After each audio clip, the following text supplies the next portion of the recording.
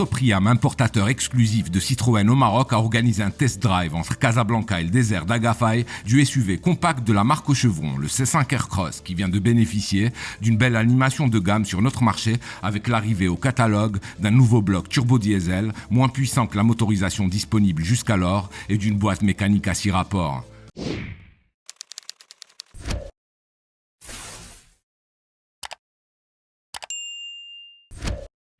Les spécificités du newcomer ont été exposées lors d'une conférence de presse organisée dans un campement tout confort au beau milieu des paysages lunaires d'Agafay. Hind Liussi Tezi, directrice des marques Citroën et DS chez Sopriam, nous le présente plus en détail. Le C5 Aircross a été lancé en 2019 et a rencontré un réel succès, notamment en Europe et en France particulièrement, où il a été classé parmi les top 3 des ventes SUV. Le lancement au Maroc a été fait également en 2019 avec une motorisation 180 chevaux 2 litres et boîte automatique 8 rapports. Aujourd'hui, nous lançons la nouvelle motorisation 130 chevaux avec une boîte manuelle 6 rapports. Bien sûr, nous avons lancé cette motorisation avec des prix beaucoup plus accessibles et notre objectif, c'est d'aller s'attaquer au bas du segment et offrir un véhicule qui est adapté aux besoins du consommateur marocain. Près de 2 ans et demi plus tôt, nous avions déjà eu l'opportunité de prendre part aux essais presse internationaux du flagship de la marque du quai de Javel, qui avait eu lieu sur les routes escarpées et les pistes caouteuses du désert d'Agafay. Même paysage, même monture. En effet, c'est au volant du C5 Aircross animé par la motorisation présente sous son capot au début de sa carrière marocaine, le gros 2 litres turbo-diesel de 180 chevaux et 400 Nm, que nous avons arpenté à nouveau l'arrière-pays Marrakchi.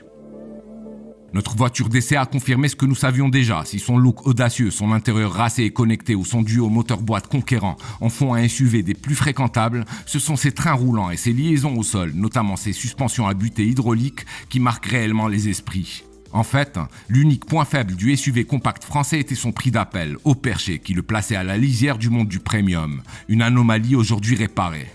Un petit comparo entre les C5 Aircross 1,5 litre et 2 litres permet de s'apercevoir que si les performances reculent, le premier nommé se contentant d'une Vmax de 189 km/h contre 211 km/h pour le second, les passages à la pompe se font plus rares. Affichant une consommation de 4,1 litres au 100 km en cycle mixte, le C5 Aircross 1,5 litre 130 BVM sirote en effet 0,7 litres de moins que la version 2 litres 180 BVA8.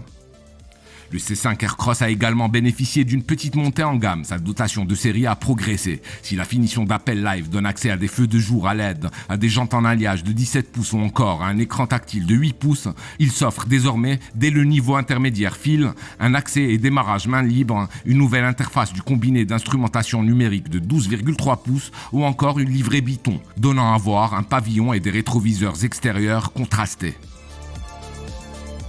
Le troisième et dernier niveau de finition hérite pour sa part d'un système de recharge par induction, mais aussi d'une nouvelle ambiance intérieure High Black.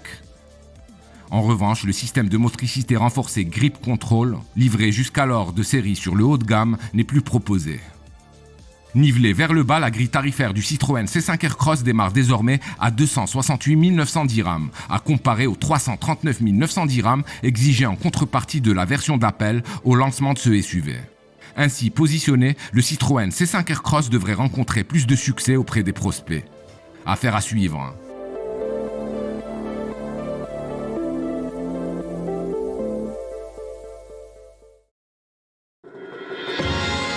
À très vite sur wandeloo.com.